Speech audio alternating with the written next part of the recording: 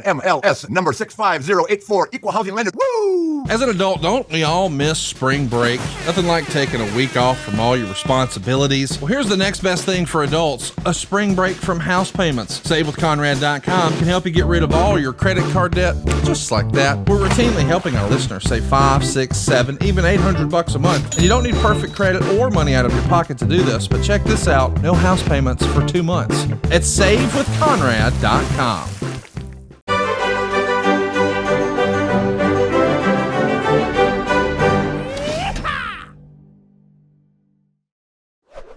What's up, Airheads? Welcome back to the virtual Airstream Studios. I'm Trae, and that's Gore, and it's time for Puttin on Airs. This week, Hey, Trae. hey, buddy, how you doing?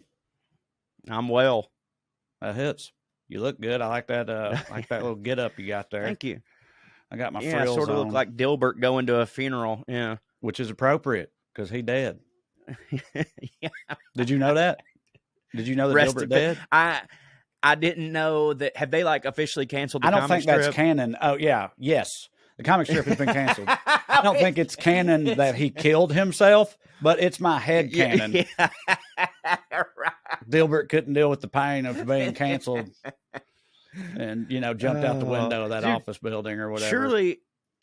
Surely he's going to get picked up for way less money, for the record, but like by Breitbart or something, right? Like I feel like those people usually always have a resurgence somewhere else. Well, so for people that don't know what we're talking about, we don't get political on the show, but Dilbert being dead is funny. The guy that created Dilbert has gotten to be a real fringe right-winger type dude, and recently he went on the internet and went on a very, very, very racist tirade, and you'll have that, right? But I guess all the newspapers... If you want to know what type of racist tirade it was, just so that you don't think we're blowing it out of proportion, he literally said that he purposefully lives in a neighborhood where there's no black people. Yeah. So it wasn't like pretty on the nose.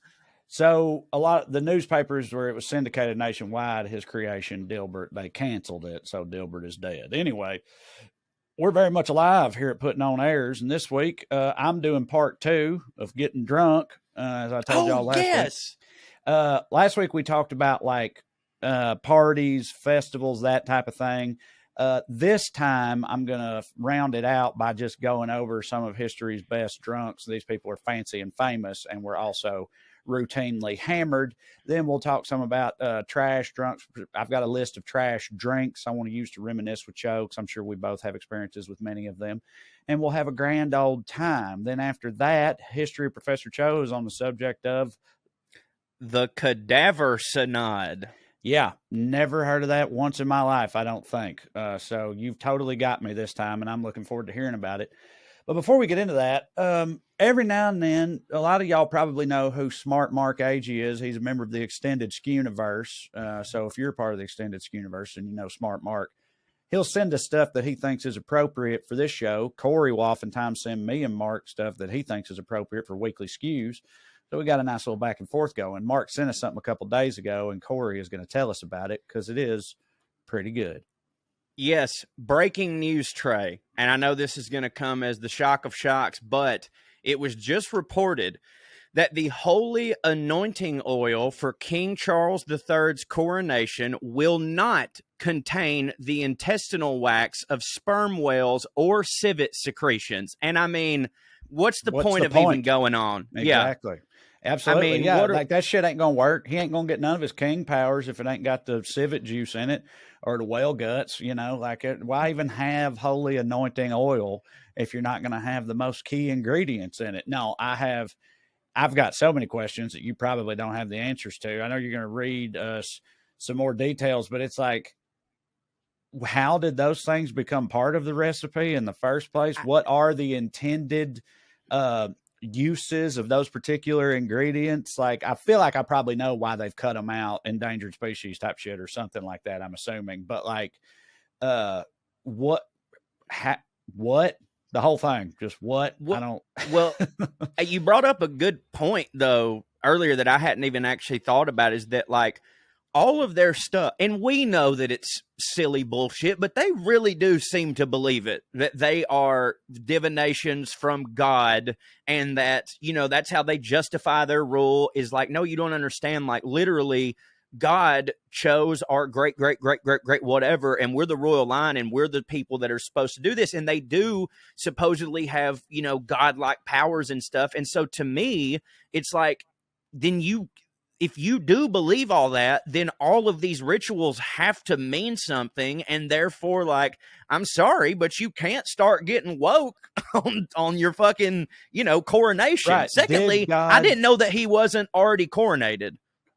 Right. Yeah. Did God or did God not decree that the holy anointing oil must contain whale butt and cat juice, right? Like whatever them two things are. Because like, if he did, you can't just take that out, like you're saying. It's the Lord's will, isn't it? And the Lord's whales. He's got the right to say use their guts, right? Of course, I don't believe all this shit. I'm saying, as you're saying, right? But they if you believe all that shit, then, how do you justify it?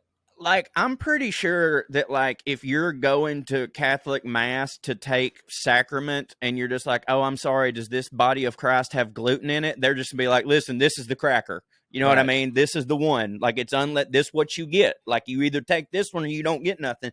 But also, I'm starting to think back on it, like, this sounds like a very old, ancient ritual, clearly, but like, how back in the 900s were they getting the intestinal wax of sperm whales? I guess that they would just wash up on shore. Whaling. I've got more questions about civets. Civet's a cat, right? It's a type of cat, right? Aren't they the same ones that poop the coffee? Yeah. Aren't they? Right. So, yes, they are. I don't know where they're native to. That one's wilder to me because like whaling, I know was a big thing, like you get it. Lamps were like whale oil and stuff back in the day. Like they used the fuck out of whales for a very long time. And that was like a big part of the culture up in that part of the Atlantic and shit, I think. So I'm not surprised by the whale part really, but the civet part does kind of get me. Yeah. Yeah, well, so here's what it says. It's the holy anointing oil. This is from the insider.com, by the way. The holy anointing oil used at the coronation of King Charles it's because it'll be animal and cruelty free. The sacred chrism oil has previously contained oil from the glands of small mammals, such as civets and ambergris. Do you know what an ambergris is? No idea. Never heard of that. But, they call like eggplant aubergine and stuff. So that could be like a possum. I don't know. I'm not saying it is. I'm saying it could be a different word for something that we are familiar with. But no, I've never heard that before.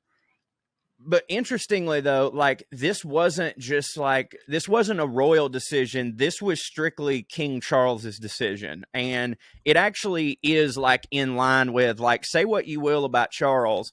But that dude actually has dedicated his entire life to environmental charity and stuff like that.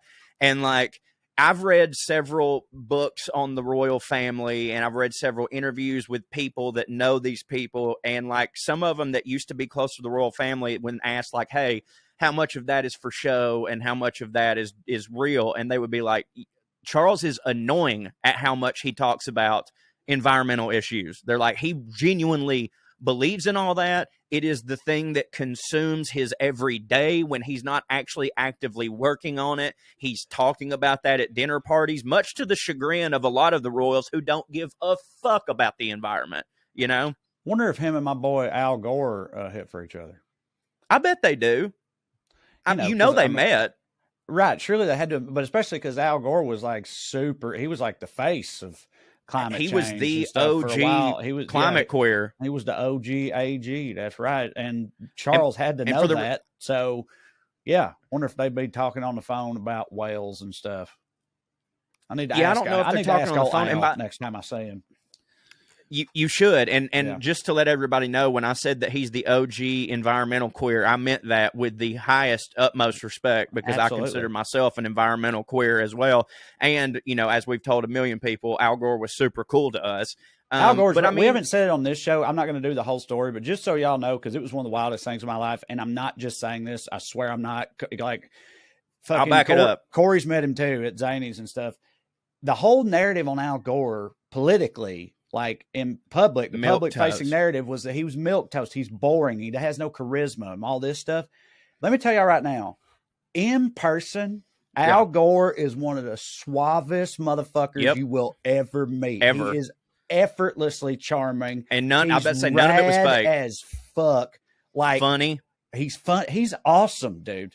He's awesome in person. I could like it. It made me wonder, like, are other politicians just so much even more so that by comparison, because that's hard for me to believe, or is it just one of those things where it's like a narrative just gets written about a person and then that's just how it is after that? You know what I mean? Yeah, like, I don't know, man. Like that at all. Like, I don't know if it was just like when he was running, he was just like, I'm just going to be straight facts. Mm-hmm. I'm going to be the guy I'm going to use my brain, not my wiener, you know? But like, yeah, I mean, because we even both, I think, said to each other when he left, we're like, if that guy ran for president, he would have fucking won. You know what I mean? Like, without question. Back to this bullshit. Al Gore does hit.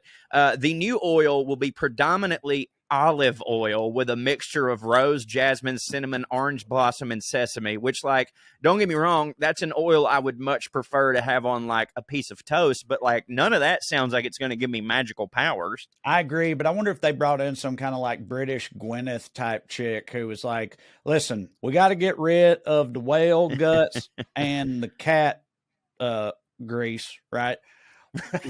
What do you got that will replace that? And she was like, well, you know, we could start with some orange blossom and a little bit of whatever the hell else you just said. And it'll have, because like, I bet those people can name like properties that each of those things have. Do you know what I mean? Like essential oils. That's people. true. They're like, well, here's what the whale butt does.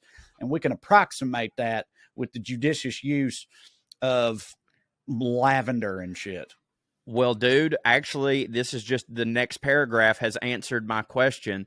The olives used for the royal oil are harvested from the burial site of the king's grandmother, Princess Alice, who rests at the Mount of Olives Monastery of Mary Magdalene in Jerusalem. Okay. The oil for the coronation, set to take place on May 6th, was made sacred in Jerusalem's Church of the Holy Sepulchre, where Jesus was crucified and buried. So they got olives. So they've done it. They have done it. I mean, yeah, them ain't just any old olives there. That's Jesus olives from like straight from the source. So yeah, but then again, it's like, so maybe you don't need the whale and the cat, you know? I mean, like, apparently, well, we'll see. We'll see. Like, yeah, right. We'll see how it turns out. I mean? What if he don't start to glow after they anoint his head, as is custom? Then there is like, well, that didn't work. You shouldn't have took the whale out. God damn it. Yeah, isn't as soon as like the king or queen is anointed, there's like some sort of orb that starts glowing in Saudi Arabia or some shit. Like we got to check the orb. We got to see if the groundhog sees the orb in Saudi Arabia. At the coronation, King Charles III will be blessed with the oil when it's touched on his head, chest, and hands. This tradition is so sacred that it was banned from being filmed at Queen Elizabeth II's coronation in 1953. By the way, this is the first coronation since 1953. That's fucking crazy. The it's still not yet known if the public will be shown this blessing at Charles III's coronation. So in summation, it's all because of his environmental stuff, but then they went and took the olives to Jesus' crib. So, I mean, you know. Well, they took the olives from Jesus' crib, right? From Jesus' crib, like, yeah. They are. No. They took them from Mary Magdalene's crib. Oh, and then they did whatever. Then they took them to the church where Jesus was buried and crucified. The church where is now located where Jesus. I just read this and I'm probably getting it wrong. They then took it to the burial site of Jesus and had them make it sacred, which is where a rabbi, I guess. I don't know. It wouldn't be a rabbi in this situation, would it? No, they would, because that would make it. That would make him not king. Yeah, they can't have that. No, but then they made it the Catholic version of kosher or whatever. I now wonder who did the blessing of these Jesus olives, because like it was some kind of priest, right? Probably it had to be Anglican, it wouldn't be the Pope. Anglican priest, right? Church of England, probably. I wonder if he's like the highest one they got, and they sent him on a mission to Jesus land to do all this. You know what I mean? Or if he was just there.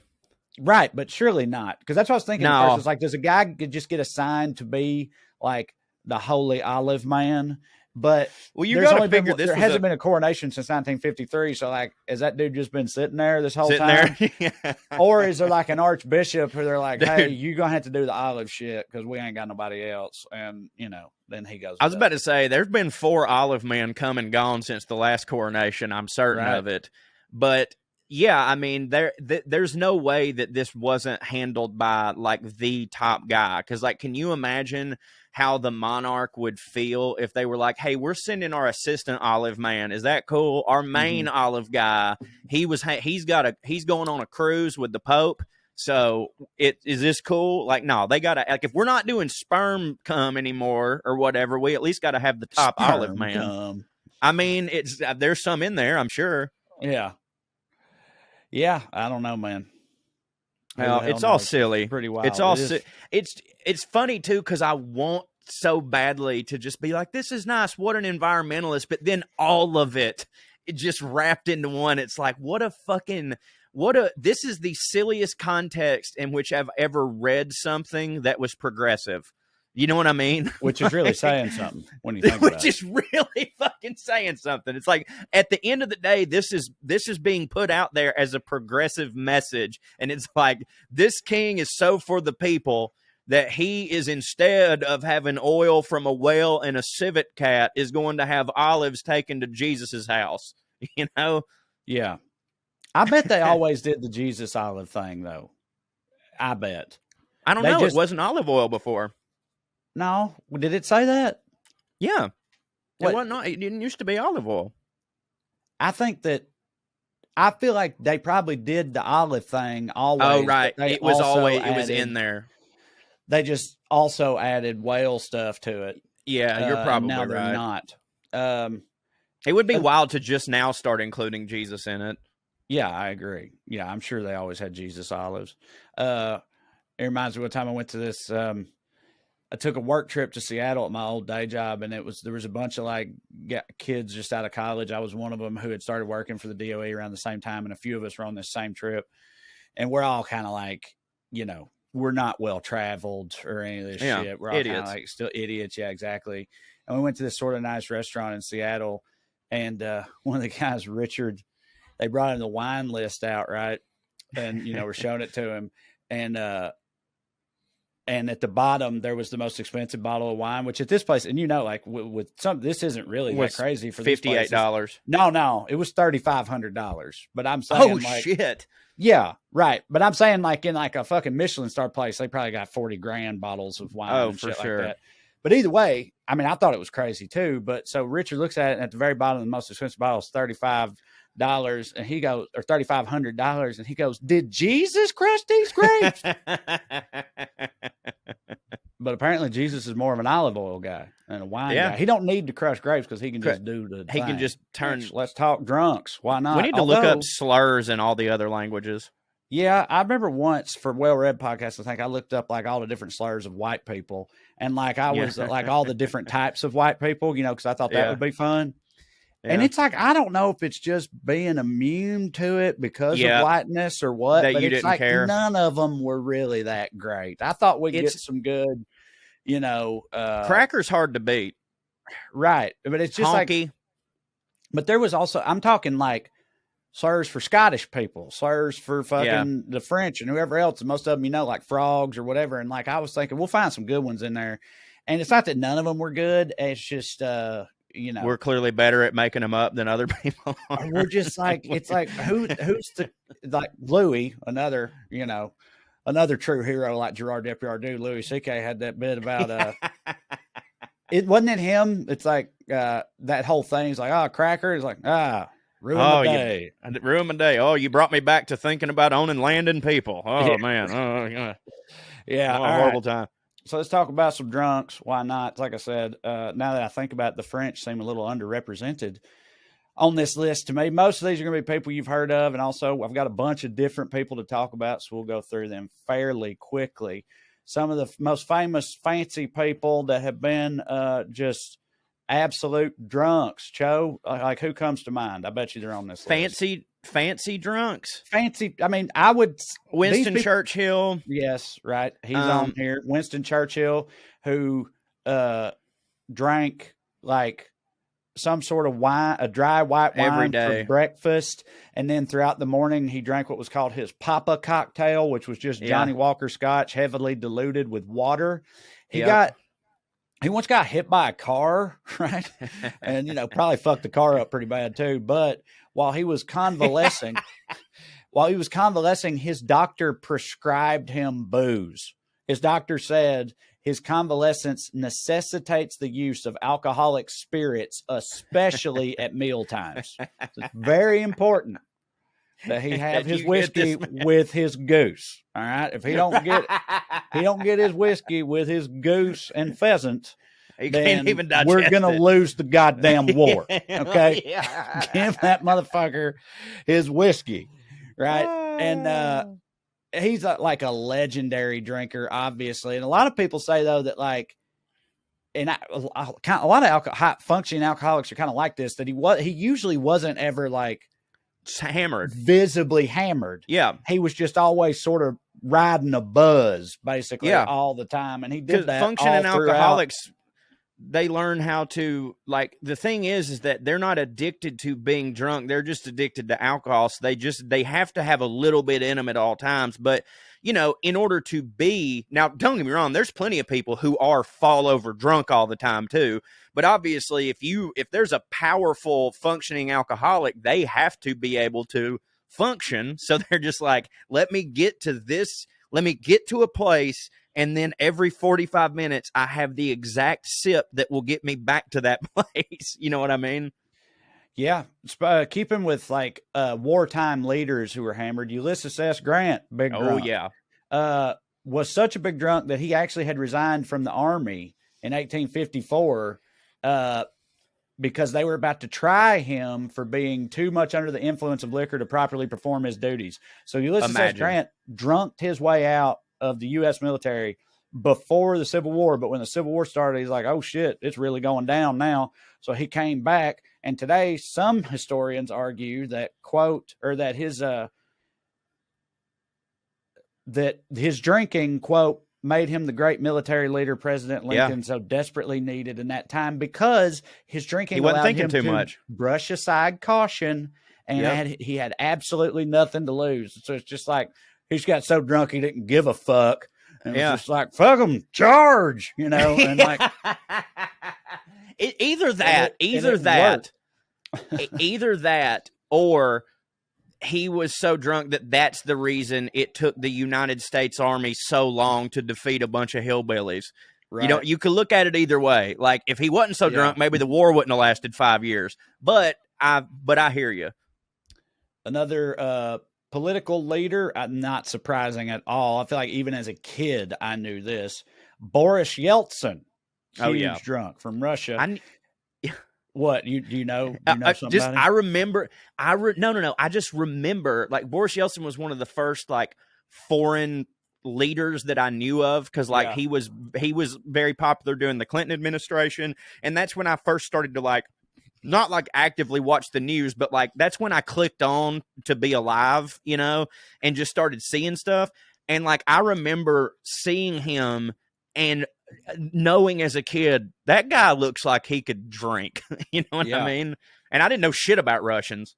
So, I agree. I feel like I felt the same way about Boris. Just, dude, his name sounds drunk. His Boris nose, Yeltsin. his face. Yeah, he got the Jim Blossom nose, all that stuff. In 1994, he was at some function in Berlin with a bunch of other world leaders, and they had a classical orchestra there, and he was hammered, and they wasn't hitting for him. So he just got up, ran up there, and took the baton out of the hand of the conductor and started conducting the orchestra himself, despite having no training or wherewithal whatsoever to do that. Had no idea what he was doing. Right, he was just like, these motherfuckers, that ain't it. I'll make them hit. I'll show you how to do it, and then fucking just. And I'm sure that probably didn't hit for people, but what are you gonna do? But he said that the weight would lift after a few shot glasses, and in that sense of lightness, I felt as if I could conduct an orchestra. Corey, you've been there. You played the piano, right? I did, apparently, when I was blackout, and my friends still to this day they're like, dude, I know that you know how to play piano, which I don't. And I have some friends that refuse to believe me that I can't play. But what I was about to say was I'm also the type of person who, if I was drunk enough, would be convinced that I could go lead the Philharmonic if somebody would let me. Right. Yeah, I totally buy that. One other story about Boris Yeltsin on a diplomatic visit to D.C. in 1995. He was staying at this fancy hotel, but the Secret Service found him hammered drunk in his underwear trying to hail a cab on Pennsylvania Avenue. When? Like in, late at night, like midnight, 1 a.m., something like that. No. I mean, like 1995. 1995. And when they asked him what he was doing, he said he really wanted a pizza. We don't have them in Russia. No, yes, want to try American pizza. But like, dude, look, you don't have to be super hammered to really, really badly want a pizza. We've all been for there. Sure. But to go outside like in your underwear as the president of Russia, like you got to be pretty hammered to pull some shit like that. I feel like. Oh God. Jesus Christ. Another one we all know about. We've actually covered him. A very classic clip of his on here before. Orson Welles, big drunk. For people that have been Airheads for a minute, you might recall that we watched the classic wine commercial that he did later in his life. Like, the French champagne has always been renowned for its excellence. And he just sits and he's like, is he going to do anything? Or talking about that extra who was standing there. He's like, what the fuck is this guy's problem? Ain't he going to fucking act? We're professional. Yeah. Piece of shit. Orson Welles he might be like our most, I don't know if he's our best. You think he's our best American drunk in terms of like also being like respected and fancy? Like, is he our export? I don't know about fancy, but I got another one for you that definitely fits that description in terms of like artistic output and level of respect, while also being an absolutely massive lush. And that's Hemingway, Ernest Hemingway. Oh yeah, never mind. He's the one. Yeah, he's the one. But I'd say Orson Welles is up there. Yeah, yeah. So it said even when he was a young man, his supper would routinely be 2 steaks, each with a baked potato, an entire pineapple, which I don't know how. This is Orson? Orson. I don't know how his mouth withstood an entire pineapple. You know what I mean? Like pineapple starts to make your shit sore after a minute. Yeah. I know. It does, but it hurts so good. I mean, I love pineapple, dude. So 2 steaks, 2 baked potatoes, an entire pineapple, triple pistachio ice cream, and a bottle of scotch. Yeah. That was his. God, that is not the drink for after all that. I think it was before, during, and after. That's just his. Dude, them motherfuckers that drink scotch, though, like, they're a different, like, I can't even wrap my head around them because, like, every time scotch and cigars are very similar to me in that they're the 2 things that I've most pretended to like while in the company of others who did like them. Like every time I'm drinking scotch, with every sip, I go, I cannot wait until this is over and I can get a Bud Light. I can't fucking wait. But the people who love it, they don't feel that way. They're not suffering through it. They fucking love that shit. I don't hate scotch. We took like the distillery tour and the scotch classes and stuff when we were in Scotland, and like, I still don't prefer it, but like, it's. I mean, I've had like in a situation like that, like in a When in Rome situation, I can drink some and actually genuinely enjoy it. But I would never like opt for that. I think that's my thing, is choosing it. It's not ever going to be a thing. Never will it be a thing that I choose. Like when we were in Scotland doing the whole thing, I appreciated the vibe that it certainly fit into. It felt right. But like, if I just would never be like, I'm gonna go for a scotch, like never, or a cigar. But I had a cigar 2 weeks ago and suffered through the whole goddamn thing because one of my buddies offered it to me on the golf course, and I didn't want to look like a pussy, so I just sat there and hated it. Yeah, but with Hemingway, fellow author George Plimpton claimed that in the 50s, you could see Hemingway's you could see the bulge of Hemingway's liver, like, oh my God, poking out. And who knows if that's bullshit or not? But either way, like, he's certainly drunk enough to do that. People that knew Hemingway though said that like he hit more when he was drunk. Imagine that. Said that, like, when he wasn't drunk, he was very morose, silent, and depressed. Right. Kind of a bummer. But you mean hungover? When he was drunk, which most of the time he was merrier, more lovable, and more bullshitty. Yeah, and those are the type of dudes that you don't want to get a handle on their problems. You know what I mean? Like, I've noticed that the only time, like, I've got some friends who are sincerely alcoholics, but they are always in a good mood, so nobody ever points it out as a problem at all. And then I've got people who are kind of less alcoholics than them, but they're mean when they're drunk, so that immediately gets nipped in the bud. You know what I mean? Yeah, absolutely. Richard Nixon was a big drinker. His thing was he only drank at night, but he would get fucking blitzed every single night, to the point that, like, a lot of the people in his cabinet and stuff used to openly wonder, like, what would happen if the Russians attacked us in the nighttime, right. because the president is going to be completely worthless because he's so drunk. He got so drunk one time that he told Henry Kissinger that we're going to have to nuke Vietnam. He got so drunk he tried to nuke Nam, which isn't really that surprising.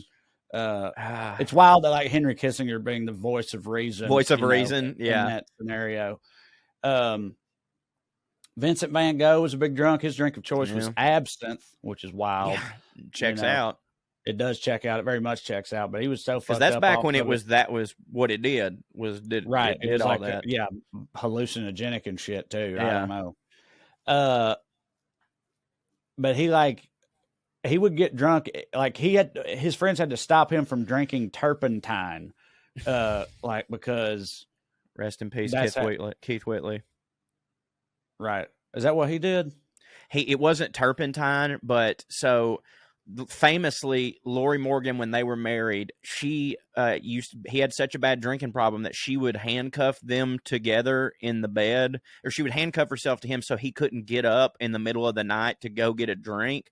But what he started doing was drinking her perfume that was on the night table stand. That's wild. But I also picture Keith Whitley just like dragging a woman down the hallway to the whiskey bottle. You know what I mean? Get your ass over here. Yeah, but he would drink. He would backfiring. drink. Yeah, right. But no, he would drink her perfume, and then when he died, his brother came in to pick him up for golf, and he was laid out amongst a bunch of bottles of rubbing alcohol. Good Lord, dude. Yeah, I mean, that's what I heard. Like, was he sequestered somewhere? Do you know what I mean? Like, where he didn't. I think what it was that they'd taken it all out of the house, and he was trying to be straight, and then maybe he didn't have his car. He'd probably had some. I don't know the details on that, but like, pretty sure it was just like, yeah, he didn't have access to regular alcohol, and he was like, I need a drink right now, and then he would go start drinking fucking potpourri and fucking, yeah. That's the sad part of alcohol right there. Yeah, there's lots of sad parts. I got a sort of metal part for you. This is from George Gordon Lord Byron, who that guy. Do what? I love that guy. I did too. I was actually about to say, when I was like in my college student and even way more pretentious than I am now, I was a big Lord Byron fan. He was one of my guys. And saying that unironically, he always hit for me. But I didn't know this about him. So he was big drunk. He preferred to drink out of his favorite cup, his favorite drinking cup, which was fashioned from a human skull. All right. Nice. And I'm going to say what I think is funny about this when I get to the end of it. And also, I hope this doesn't run over long for people. But him being Lord Byron, he engraved a poem that he wrote onto his skull cup, right? Gangster. Yes. And I'm going to read the poem. Okay. So, start not, nor deem my spirit fled. In me behold the only skull, from which, unlike a living head, whatever flows is never dull. I lived, I loved, I quaffed like thee. I died, let earth my bones resign. Fill up, thou cannot injure me. The worm hath fouler lips than thine. Right? So first thing he's saying, like, hey, this is the only skull that never has dumb shit come out of it, only something that hits, which is my wine that I drink, right? That's great. And then in the second part, he's like, don't worry about it. I'd rather be here getting you drunk than have worms all up in my shit. That don't hit. That don't hit. Right? And then he continues, better to hold the sparkling grape than nurse the earthworm's slimy brood and circle in the goblet shape the drink of gods than reptiles' food. How big was this fucking skull? I know. I was just thinking that when I started reading this. I hadn't thought about it before until I started reading this. I was like, he had to engrave real small or go around the whole thing. Yeah, or right. something. Skulls are probably, if it could have been, if it's your skull, he could fit it on there. Right. So, Shakespeare. we don't know. Yeah. That's more gangster than I Let's thought, see. because I thought you meant he just got one of his old poems written on it. I didn't know No. that he actually commissioned a new poem from himself for the skull. There's a couple more. He just goes on about how, so like, he's like, where once my wits were at, now my brains are gone, but what better substitute than wine, And then at the end, he's like, why not, since through life's little day, our heads such sad effects produce, redeemed from worms and wasting clay, this chance is theirs to be of use, right? So, like, what I think is funny about this is, like, the whole point of this poem is Lord Byron being like, no, I'd hit for this dude for me to drink wine from his skull. You know what I mean? But, like, he don't know that.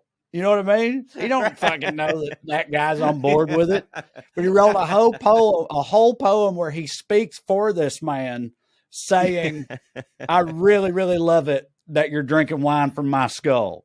Thank you so much for removing me from the worms and getting drunk out of me, because that's exactly what I would have wanted. And you just see Lord Byron like pointing at it and be like, see, it hits for him, Yeah. Like you wrote that. You wrote that. Like, right. But I know. I like to think that someone, it wasn't engraved at first, and someone was like, don't you think that's a wee bit disrespectful, drinking out of the skull? And instead of just going like, I don't know, that's how Lord Byron has to retort to somebody. He writes a whole fucking poem justifying his shit, which I can definitely sympathize with, because I have done so many hurdles in my life to make something not my fault that I could see me engraving something on a skull. Yeah. All right, moving through the rest of these a little more quickly, just a couple more really quick ones. You might have even said this when you talked about Cleopatra. Cleopatra reportedly bathed in wine, which I thought it was milk. Milk wine, I guess. I don't know. Both. Maybe it was both. It's both. Yeah. William the Conqueror got so fat later in his life that he decided to start an all alcohol diet. Like people say like, oh, I'm on a liquid diet. So like, he stopped eating food. He was like, I'm too fat. I'm gonna stop eating food and just get drunk. Right. Yeah. Shortly after that, he fell off his horse and died. Just from being weak. Yeah, dude. Fucking not eating and just getting plowed all the time. Like, you ought not be on a horse, especially if you're big fat drunk fuck on a horse. That's a recipe for disaster, king or not. When I was in my teens, I did it for like 3 days straight, maybe. But then now, like, dude, no, I gotta have a sandwich. There was another guy from like not ancient history, but like the Middle Ages, like the 1500s. He was the Sultan of Turkey, right? His name was Saleem II. Okay. Saleem's dad was Saleem I, right? And they called his dad Saleem the Sublime, right? Sultan Saleem the Sublime. So this dude really hit for the people, okay? Yeah. So Saleem II has got really big shoes to fill, right? You know what Saleem II ended up being called? Saleem the Drunk. Sultan Saleem the Sot is what they called. And he died by being hammered drunk, naked, trying to walk to take a bath and slipping on the wet marble and busting his head open. So would have wanted it that way. Pretty big disappointment. But it's just funny to me to think of like a fail son. Your daddy is Saleem the Sublime, and like, let's see how you follow that up, and then you become the Sot. Like, a tale as old as time, really. Foreshadowing, but there's in the segment that I'm going to talk about later, there's also 2 back-to-back names that you're going to love so much. Okay, well, I can't wait. So let's now transition into trash drinking. I got the Venn diagram thing. I've got the overlap, the transition point where the Venn diagrams meet between fancy and trash with getting drunk. A feller by the name of Diogenes, an ancient philosopher. He was a hobo philosopher. I think he came up once before. He philosophized to hobos or about hobos or was a hobo? He just was a hobo and a philosopher. He was one of the founders of the philosophy of cynicism. He taught cynicism. I bet he was. Yeah. He taught He didn't cynicism. have a fucking house. But he did that on purpose. He lived in poverty on purpose. He lived in a big barrel in the middle of town. He just laid drunk in a barrel all day, and people were like, "That some bitch is thinking," It's always been funny to me. This dude's always fascinated me because people had all this respect for him. They're like, that guy's really on another level. But he's just laying half naked and drunk in a barrel all day. And I feel like you wouldn't have that anymore, No. This guy got away with it. But also what's wild about him is none of his recordings writings. None of his writings have survived. It's just like stories about him from other philosophers. So it's just like he's like a folk legend basically, but he was a real dude. But he taught cynicism to this dude Crates, and then Crates taught it to your boy Zeno. It ain't Crates. Yeah, well, it looks like Crates. This guy lived in a barrel, and this motherfucker's name is Crates. But Crates taught it to your boy Zeno, who fashioned it into Stoicism, one of the most enduring schools of Greek philosophy. So Zeno got a lot of what he knew from Diogenes, the hobo philosopher. So he just laid around town every now and then. He'd walk around town doing shit like he'd walk out in the middle of the day holding up a lit lantern. They're like, Diogenes, what you doing over there? And he'd say, I'm looking for an honest man, Which back then at that point, they were like, damn, he's really thinking, dude. That's some bitch is thinking. But he's also what a pretentious fuck too. Yeah, right. So one of the more famous things about him, he would like to he pooped in the theater specifically. I knew you were gonna say poop though. He pooped in the theater. He jacked off in public a lot. Right. G.G. Allen did all that. I know. I'm saying, and everybody was just like, "This dude gets it," which is just wild to me because that's how ancient Greece was. But so he actually interacted once with Alexander the Great. When Alexander the Great came through town, right, on his conquest and shit, he heard the legend of this Diogenes guy. So he goes up to find him. It's the middle of the day. Diogenes is laid out drunk in the street. Alexander the Great stands over him and says, behold, I am Alexander. I have heard many great things of Diogenes, and I wanted to say, if there's anything I can do for you, just speak it now and let it be done, right? And Diogenes goes, yeah, you can get out of my light, motherfucker.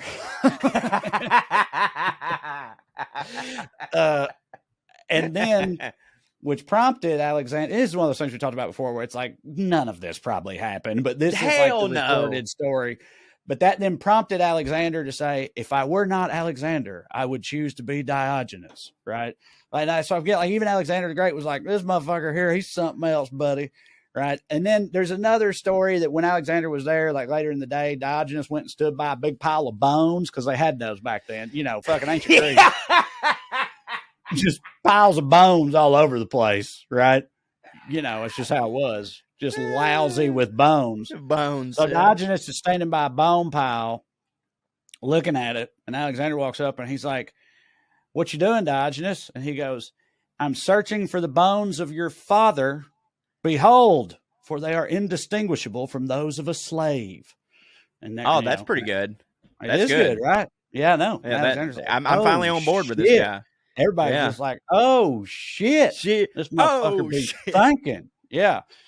Motherfuckers in the back just, he don't miss. He don't miss. All right. So using Diogenes to transition into talking about trash drunks, let's talk about some of the things trash people use to get drunk. What was your go-to when you were younger, Joe? What age? Like teenager, early 20s, like when you didn't have, any money. So there was a beer called Southpaw. Are you familiar with Southpaw? Yeah, we had Southpaw. Yeah, I So had forgotten all about Southpaw, but I do remember it now. So Southpaw at one point was like, I want to say sincerely $6.99 or $7.99 for an 18-pack, which was like fucking real cheap. And what was great about Southpaw is like not many people had it, and it was in a green bottle, and it kind of looked like an indie beer because not a lot of people had like ever seen it. So I could like get this, and then I'd go to a party and be drinking it, and I was just like, oh, look, that Southpaw, that's really cool. But also nobody would like fuck with it. You know what I mean? Like everybody would be like, I don't know what this is. That's clearly Corey's beer. You know what I'm saying? So like Southpaw was a big one. Also Steel Reserve was really big for us. Matter of fact, my fake ID's birthday was February 11th because Steel Reserve 211, and we celebrated 211 Day every year. But other than that, just whatever we could get our hands on, like Keystone, you know, they were the first ones to do the 30 rack. So like Keystone was big. Anything ice because it was more alcohol, you know, those were the jams. Yeah. First alcohol I ever drank was King Cobra malt liquor. Oh yeah. Did not hit for me. Oh my God. Me and Thompson's go-to used to be Natty Ice. Yep. Natty. That's the first beer I got drunk on. Shit was trouble, son. Awful. Would get you drunk. Lord, it would get you drunk. And, you know, then there's like Bones Farm and fucking Mad Dog 2020. Mad Dog 2020. Yeah, Bones Farm. We used to have the Bones Challenge. You have the Bones Challenge? No. It's very simple. You go get a few things. You go get a few things at Bones Farm. It also involves driving drunk or driving and drinking because that was a major pastime back then. It was a different time, y'all. I don't know what to tell you. You go and get a bunch of Bones Farm, and you got to finish one before you get back to, you know, the house or whatever from the liquor store. Yeah. Did you challenge? That's it. That's the whole thing. So when I was first starting drinking too, a lot of my buddies who were my age had older sisters. So we would get their booze sometimes. And I think the like female version of Mad Dog and Boone's Farm was Arbor Mist. Do you remember Arbor Mist? Yep. Dude, you talk about getting sick drunk. Like it's sugar wine. Like it's just fucking sugar wine. And we didn't call it a challenge, but we would definitely chug a bottle of Arbor Mist. Yeah, it's also about Everclear, pure grain alcohol. Woo! You ever fuck with that? That's the shit that we drank at school. My buddy, because it was clear, so people would put it in water bottles and stuff, you know. And so, like, I remember the first time I ever drank it, it was somebody brought it to school, and they were like, I was like, "What is this?" And it was clear, and I was like, "Oh, is that vodka?" And they were like, "No, it's Everclear." And I was like, "What's Everclear?" And they said it's PGA, and I'm like, "You're not helping me. Like, tell me what the fuck." They go, PGA means pure grain alcohol. This ain't anything except alcohol. That's all this is alcohol. And I mean, dude, one sip of Everclear to a 14-year-old, you blackout puking. I used to mix, not routinely, but like when I was really wanting to throw down, and every time I'd both throw down and up, and it would be a disaster. So I don't know why I did this multiple times, but I would mix fucking Everclear, Gatorade, and like energy drinks. Like oh my God. That's a Four Loko, bitch. That's what you did. Called, Vipers. I think Viper energy drink, I think, was the one that I was using at the time. But yeah, dude, that shit was gnarly. This is how I know I had that in a Camelback the first night of first Bonnaroo I ever went to. Oh, I bet it was warm. And I had a bunch of ice in there too. I mean, it was hitting, but like I don't remember anything about it. And my buddies, of course not. They had to carry me back. I don't remember any of the shows. I know the night ended with Zach Brown Band. Everybody said it was great. Everybody said I was having a fucking awesome time, but I don't. I missed Zach Brown too. Any one time of it, and I had to. My body didn't miss it. My body was hitting at Zach Brown, but my brain totally missed it, and they had to drag me back to the tent that night. And that was a nice lesson to learn about Bonnaroo, in that it's a marathon, not a sprint. Can't be doing That's that true. on the first night. On my senior trip, we mixed Everclear and Fanta. Like we would drink half the Fanta out of the little bottle and then pour the Everclear in it. And I got one of those little cocktails, and I got in the hot tub, And what I didn't realize was that like I was holding my drink in the hot tub, right? So it was just boiling it. It was just boiling my drink. And then I went and took a big old chug of boiling hot orange Fanta Everclear. And it's the most immediate sick I've ever got from drunk. You know what I mean? Like usually it's like you drink all night and then later you're sick. It's the most like single serving of alcohol that immediately made me projectile vomit and miss the rest of the fucking evening. It was horrible. Yeah, that's pretty rough. And then I feel like one of the kings of cheap drunks has got to be boxed wine, like Franzia. Oh yeah, boxed yes, wine. Sir. Big fan to this day. Love me some boxed wine. They've got nice ones now. Sipping on a little bit of box wine right now. Yeah, this is a black box. Boda, the Boda box, right? No. There's Boda, and then there's black box. There's Boda box and there's black box. Yes, you're right. But like, I feel like that's what it was. Franzia whenever we were in our like teens and early 20s, and it was purely to get drunk. And then like these companies were like, we want to keep these customers into their 30s. And so they came up with, this is the black box. You know what I mean? Where it's like, no. You don't understand. It's just as good as the regular wine. It's in a black box. It's super nice. Yeah, I've been hammered on those. Me and you have a lot. Yeah, we have. Hit Summits. Yeah. Those black boxes, those box wines fueled a lot of hit summits that we had. And people don't know, hit summits just where we drink wine in a hotel room and talk about how much we hit until 4 in the morning. Can I give you and everyone else a tip on why you should bring boxed wine to?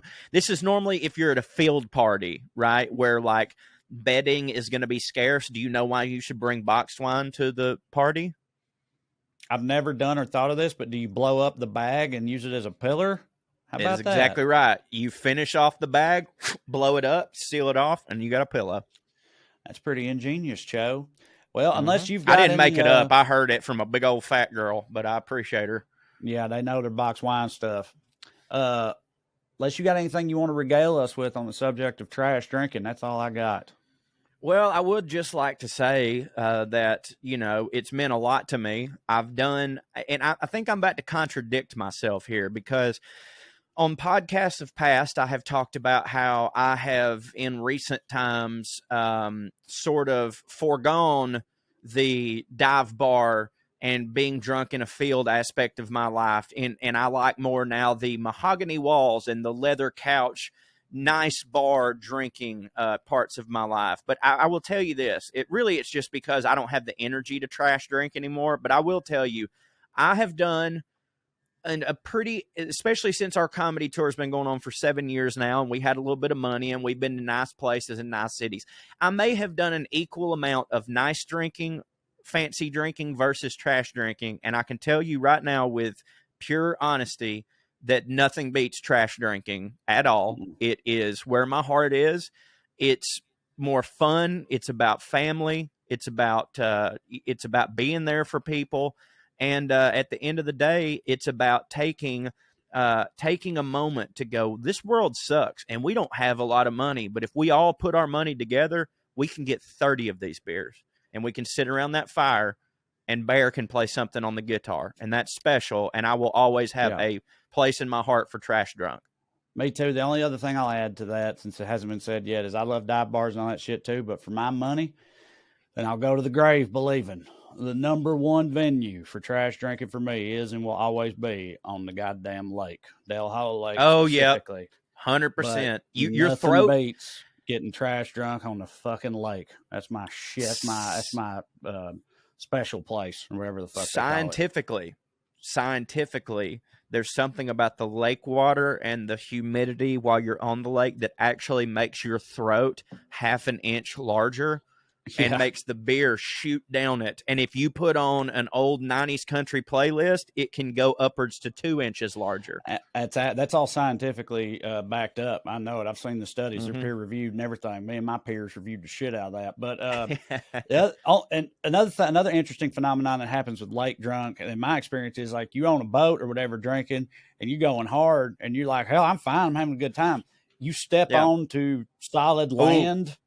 And all of a sudden, you're like, whoa. The fucking drunk truck comes through and lays your ass out, and you realize you're way more hammered than you thought you was, which is also a fun experience.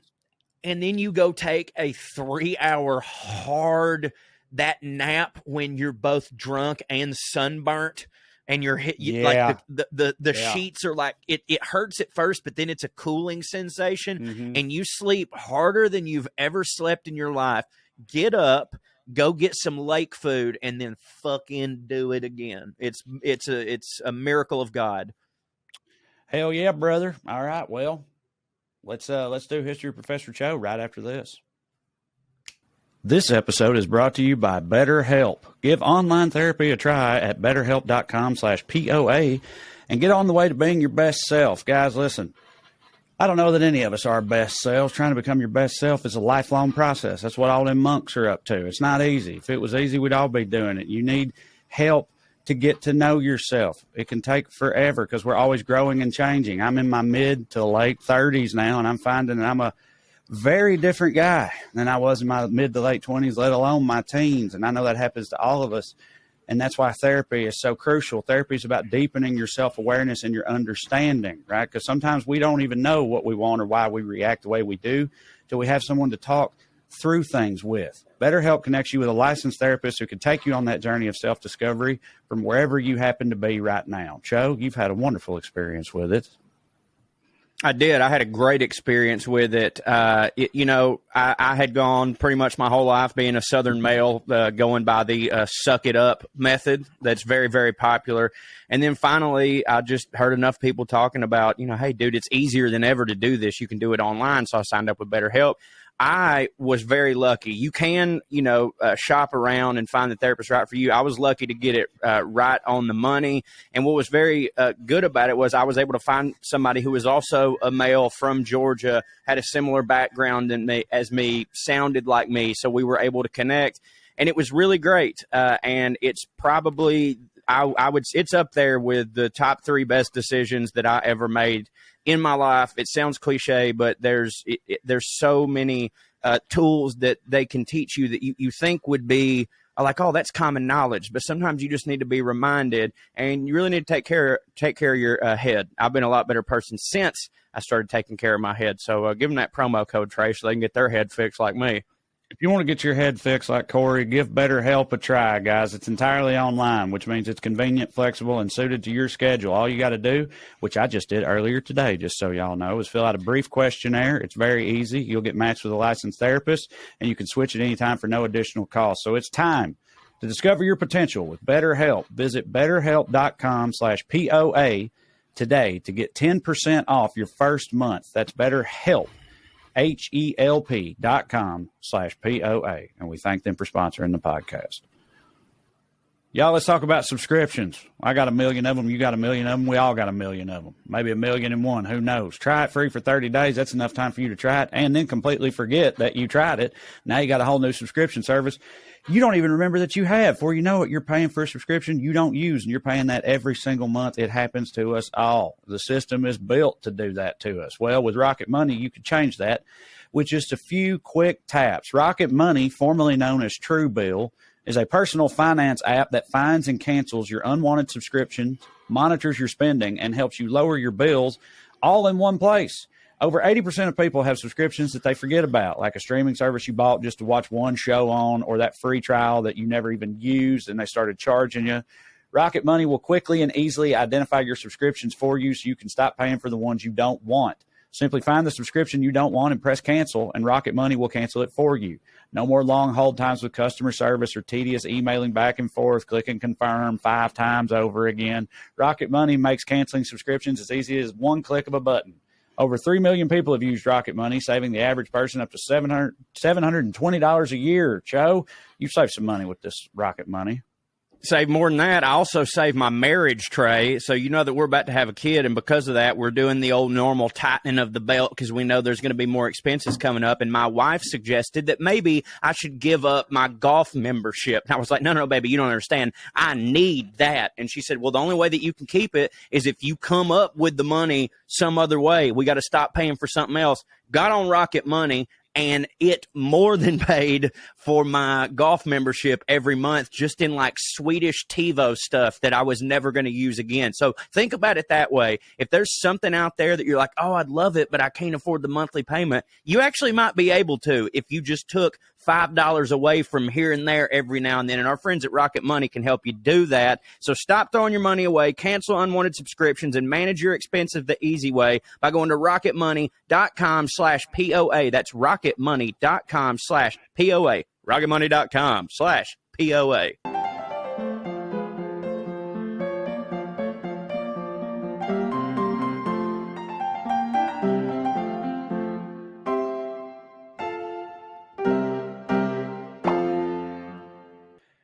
All right, we're back, y'all. It's time once again with for history with Professor Cho on the subject of the Cadaver Synod.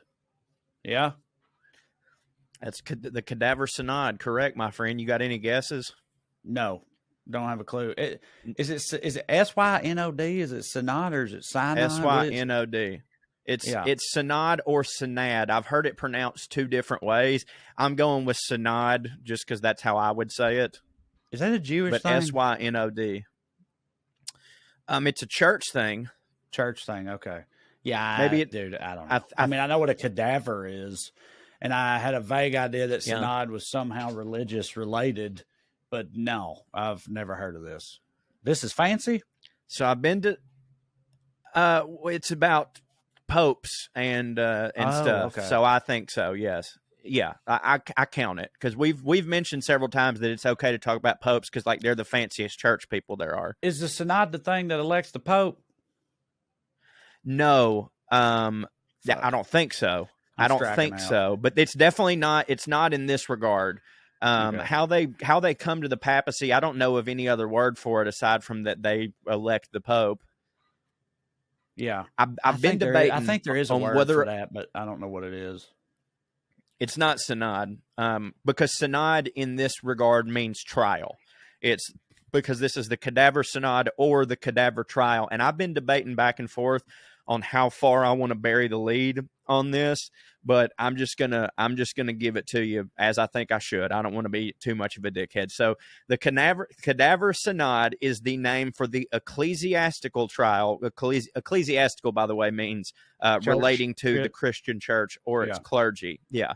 So the Cadaver Synod is the ecclesiastical trial of Pope Formosus, who at the time of his trial had been dead for 7 months. Yeah, okay, that checks out. Well, hey, that don't mean his soul didn't do that shit, all right?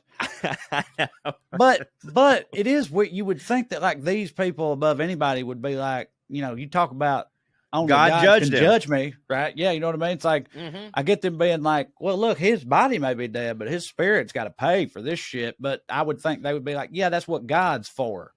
Like, are they trying to prove it to God? Like presenting the case to God? I don't understand. That was the argument that most sane people made. But there was one feller in particular, and we'll get to him later, who just wasn't having any of it. So all this was going on at a very dark time. Listen to this, between 872 and 965. So this is a long time ago. Between 872 and 965, there were 24 popes anointed because all of them kept dying under mysterious circumstances, which like, you know, having a bunch of popes die kind of makes sense because this was the past where everybody died all the time. Right. And also popes don't even get to be pope until you're on your way out anyways. You know what I mean? Like there's no young popes. That's not how that shit works. Even back then? Because back then, like you said, people died so relatively young and they were so old routinely relatively. Yeah. Like 42. But in order to yeah, exactly. But like, cause like in order to be like the unanimously elected pope, you have had to have been archbishop at somewhere for so long. So like they all died at 42 then, but like whoever the oldest person you could be, that's how old the popes were, you know? Yeah. So there's a lot of instability going on in Italy, politically, and in the clergy. And like I said, all of them kept dying under mysterious circumstances. A lot of them thought to have been poisoned. One of them, this doesn't have anything to do with the Cadaver Synod, but I just found it interesting. One of them died because partly because they had an infestation of crabs under their eyelids. What? They had eye crabs? They died of eye eye crabs? like the STD crabs, and I guess like they bored into their head and like infected them and shit. I don't know that guy's name. I just know of him as one of them. Yeah, So, fucking Petronius the Skank or whatever. Petronius the Skanky. So, Skankus like I the said, third. of these of these 24, like it was, they die under mysterious circumstances. So you assume somebody had been killed, but only one of them was like, we know for a fact this person got killed. This was in 882 was the first ever assassination of a pope, and that was Pope John VIII. He was killed by his own clerics. They hired this dude who was like the top, mercenary or like assassin. He was like the top assassin of that time. And I was looking, it's funny, I was reading this one thing and I couldn't find this assassin's name, like to save my life. And then I read, and somebody was talking about, they're like, that's how good he was. Yeah, right. Nobody knows what his name was. What was his name? Exactly. I'm like, oh, shit. Exactly. Right. Yeah, he was the best assassin of all time. Yes. So, yeah. He's not but the shadows. That's what you can call him, motherfucker. So reportedly, they poisoned him, and then they're sitting there waiting in the shadows for him to cough to death. And he took a little too long to die, so the dude just clubbed him to death. So got tired of waiting. I get that. So he just beat the shit out of him. So the Pope John, that's a very VIII, that's not as artful of a technique as I would have expected from like the legendary nameless assassin, the best assassin of the Dark Ages or whatever. It's like, so how did he do it? It's like, well, he mostly just beat him in the head with a stick until they died. But he was real good at that. Real good at that. Like, no, I thought the same thing. He'd stand in the shadows. As soon as you walk through a shadow, whack, beat your ass. Beat your ass. I thought the same thing. Saw him again. I'm like, oh, did this guy invent the blow dart? You know what I mean? Yes, exactly. Right. It's like, no, he just. But no, he did stick shit. It's like he's just. It's like that's like the most hidden caveman of all time. Yeah, right. You know what I mean? Like, it's not how I thought that would go. So when Pope John VIII is killed by his own clerics, the next pope was Pope Nicholas, and during his reign, he anointed Formosus, who was the feller that the Cadaver Synod is all about. He appointed him the Archbishop of Porto Santa Rufina. He then he sends him over to Bulgaria as a representative of the Pope, and he does so good in Bulgaria that Boris I, who was the president of Bulgaria, or the king of Bulgaria, Bulgaria, he was like, hey, this dude hits. I would like him to be the Archbishop of Bulgaria as well as being the Archbishop of Porto Santa Rufina. And, fucking, what's his name? Formosa? Formosus was just like, oh, yeah, that would hit. But then the Pope told him, he's like, hey, no, we got a rule about this. You can't be an archbishop at two places. You can't be an archbishop at more than one place. And the reason why is the same reason that we won't allow y'all to get married, because any archbishop, you're not allowed to create like you can't, if you're the archbishop in two places, you could have a fiefdom, and if you get married to somebody, then now you have access to their land and their family's land. And if you're an archbishop, you're not allowed to increase your profile. You know what I'm saying? Pretty much how I think politicians should be treated, but that's neither here nor there. So like I said, it's against Catholic law. But hold on. I'm sorry. Hold on. You've really hit for me with that, because like, okay, that you didn't know that, me either. The fact that these like witch killing, fucking, Yeah. demon believing motherfuckers from 1,500 years ago, right? Back when couldn't nobody read. Nobody knew what math was. They didn't know shit, right? Back then, they were worried about people consolidating too much power and the corruption that would bring. And it's we can't have one person owning too much shit, because that would be bad for everybody. Fast forward to today, and it's that's we system. worship that's the system. We worship the people that own all the shit. And it's it's wild, man. Because you think about, us evolving and moving in one direction or whatever. And in that particular way, it's we need to take a page out of the fucking Dark Ages book, which is not something no shit you often say or think. So that's pretty wild.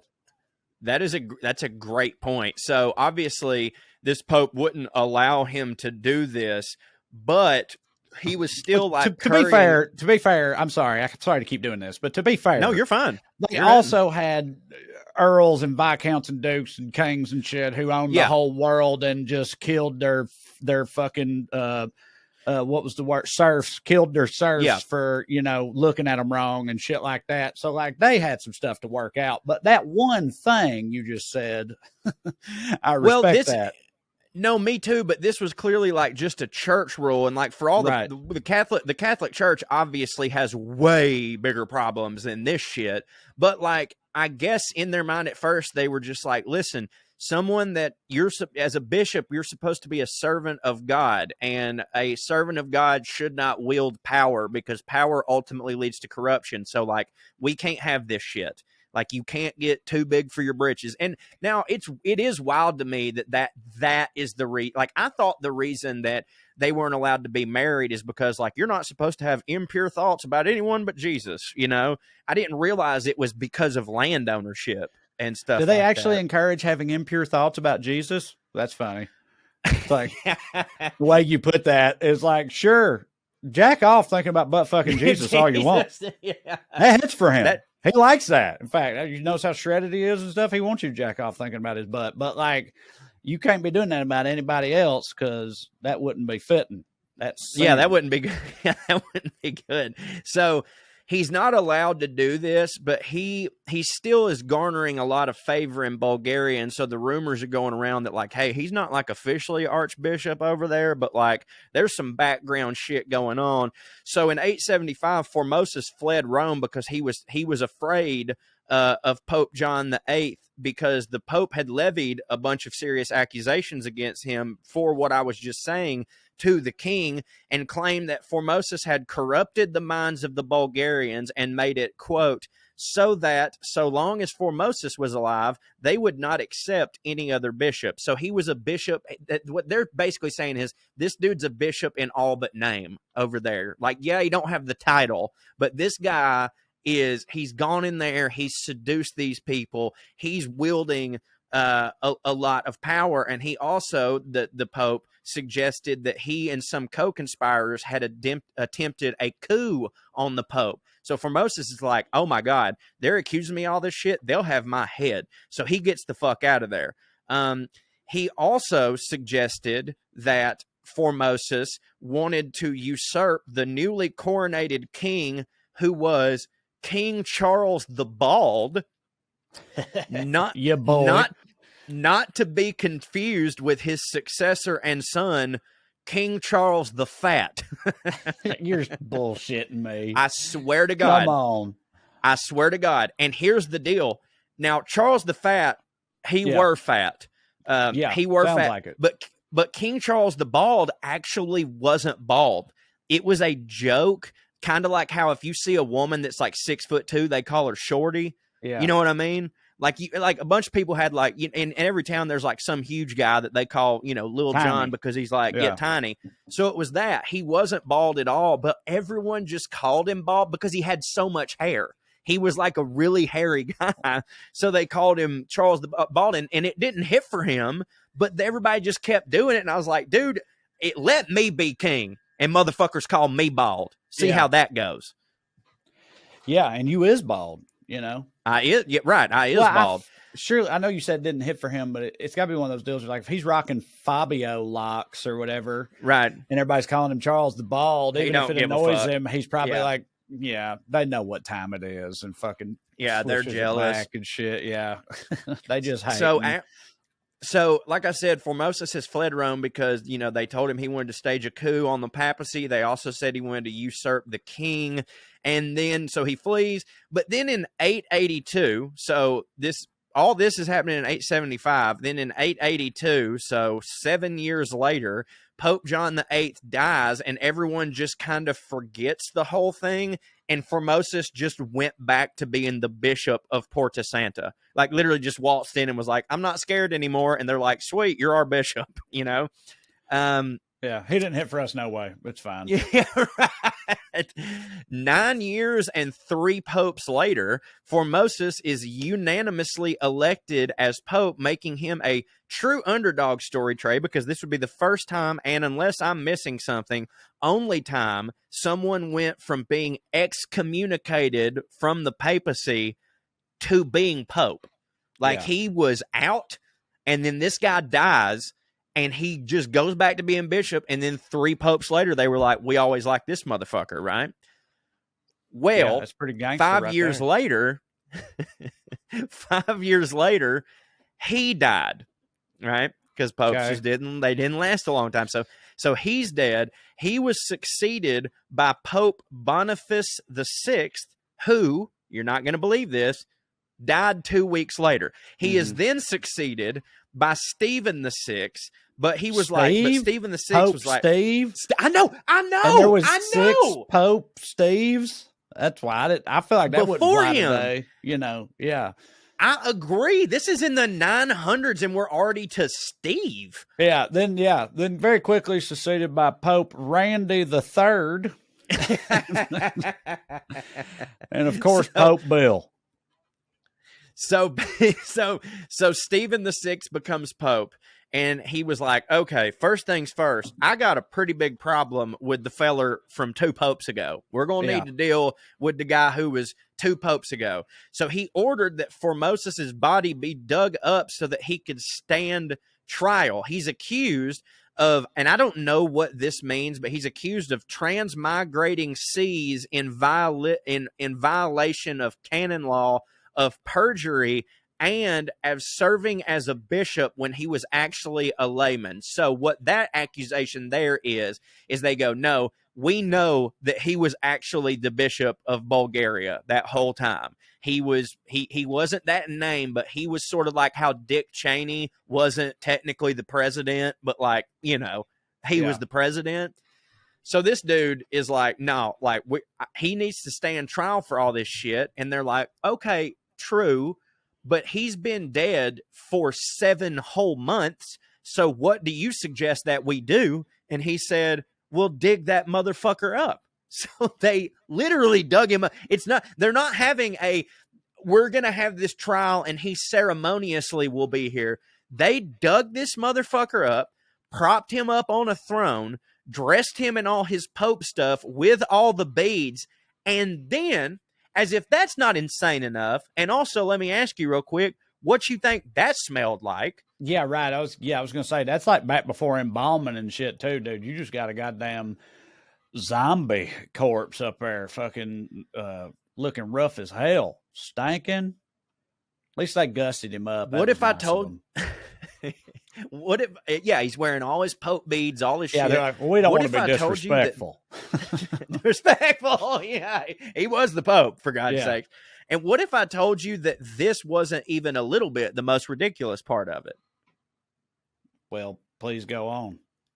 What do you how do you think, just can you guess what happened next? How the trial went? Dude, I know it's going to be something dumb and wild, but I don't know what. Did they demand he testify, and then when he didn't, they're like, see, he clearly did it. It's dumber. It's dumber. Lord. They prop him up on this chair, and they had a deacon of the church sit under the table and answer the questions as if he was the Pope. Like a mime. Or like a fucking ventriloquist. How is that supposed to work? Yeah. he had to, they made him answer as if you were this guy. That's what they said. Answer as if you were this guy. And by the way, the Pope, Stephen VI, acted as the prosecutor. The new Pope is the one questioning this fucking cadaver while a deacon underneath it pulls a fucking Jeff Dunham on a dead motherfucker. That is some clown show shit right there. Even by like Dark Ages church standards, that's pretty wild. I know. It doesn't make any sense. So, I think this is probably how you figured this would go, but the corpse is found guilty. And afterwards, Pope Stephen then had them strip the corpse down, remove all of his papal vestments, and put him into the clothes of a regular beggar. So they fucking take all their shit off and then just put him in a barrel like old Diogenes or whatever. Yeah, that'll show him. In a very Don Corleone move, he then took the 3 fingers from the right hand of Formosus and cut them off because it's symbolic, because these 3 fingers right here are the ones you use to do your blessings, right? Oh, okay. So these are the ones he used to do his blessings, which, by the way, symbolically and formally invalidated all of Formosus's acts and ordinations. So if Formosus had forgiven you or blessed you, you going back to hell. It didn't count anymore. Yeah. It didn't count anymore, which is like, to me, it's kind of like you, what a bummer. It's kind of like, you remember, what are they going to do now? You remember, but I know to them it was a massive thing. I know, but yeah. But because they really believed it. Like, it was like that. Caleb right. Synon used to have this joke about how when you say God dang, it's like you really think God's up there going like, oh, he almost said it, but he got me. He didn't, Well, with this one, it's like, does this mean that when this Pope was blessing all these people, God was looking down and going, oh, that poor soul, if only they knew this didn't count? You know what I mean? Like the person, like it shouldn't count for that fucking person, but it does. It invalidated all of that shit. So like if you believe all this stuff, there's a lot of people in heaven who immediately went to hell. There's a lot of people who went back to purgatory or whatever. And then, by the way, they chunked him in a pauper's grave. Later, they were like, this ain't enough. So they dug him up, tied weights to him, and threw him in the river. Well, after all this happens, Pope Steve just sitting there like a week later, like, you know what? That ain't it. Go dig that bitch up. Yeah. Dig his bitch ass up and throw him in the fucking river. And it's like, you sure about this, Pope Steve? It's like, yeah, that'll satisfy my corpse lust.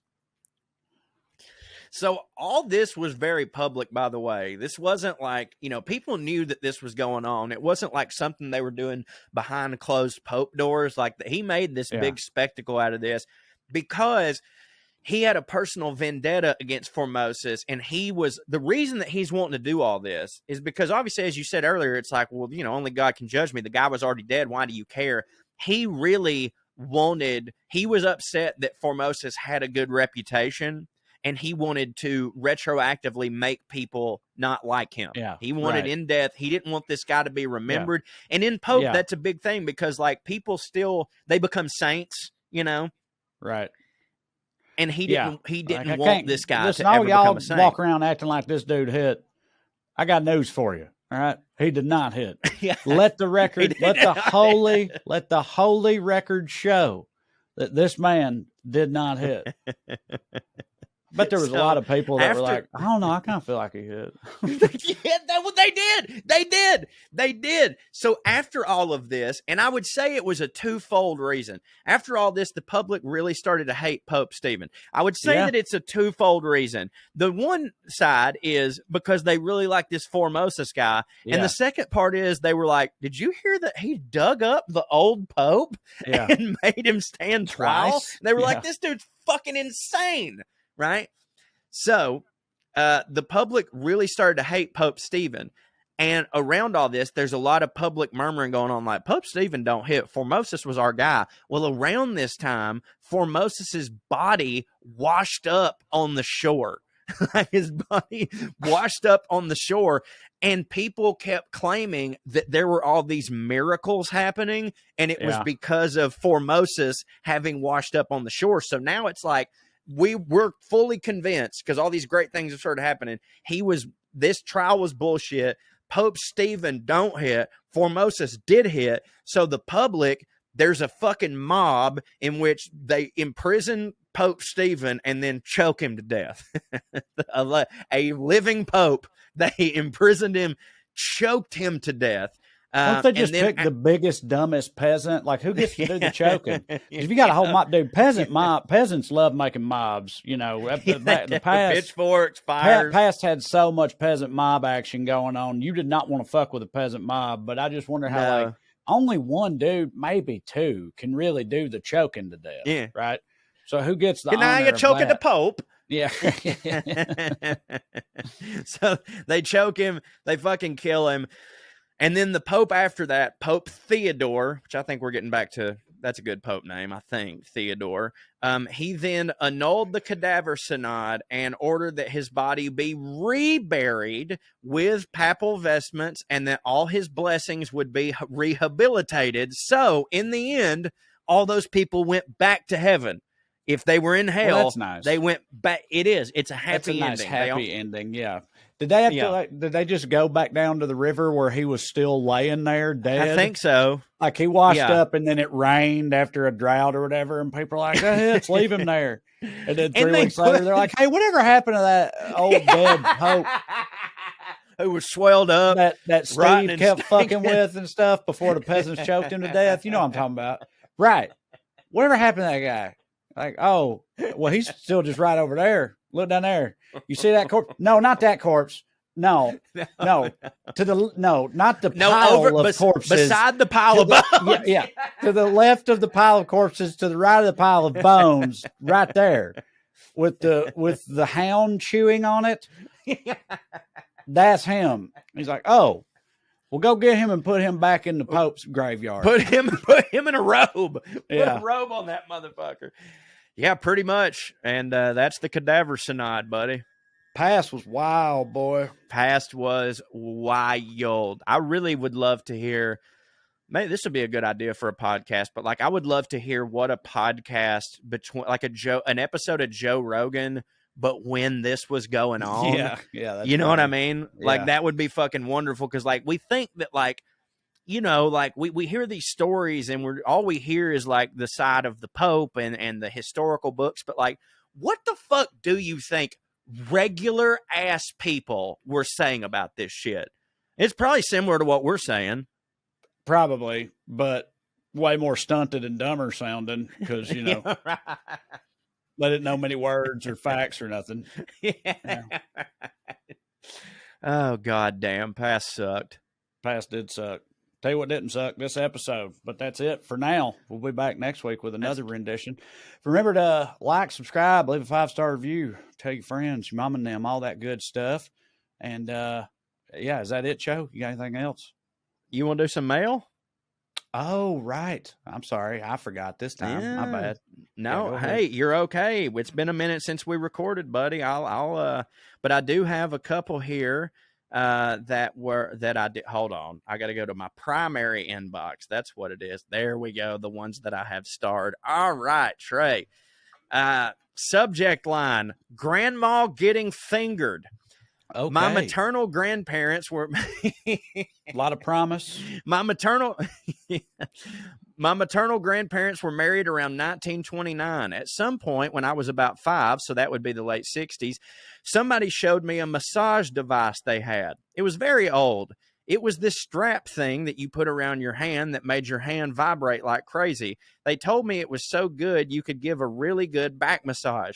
I think it's an urban legend that doctors in sanitariums treated women with vibrators to cure their hysteria. We women learn how to treat our hysteria at such a young age that we haven't even heard what hysteria is. Considering that my grandparents were both the Catholic children of Catholic immigrants, they surely knew how to treat hysteria since they only had two carefully timed children. This is men getting undue credit again when someone should just get the credit for inventing that little hand vibrator and marketing it for back pain. Please don't say my name. I love you. Yeah, I understand wanting to be left anonymous when you send the grandma getting fingered email.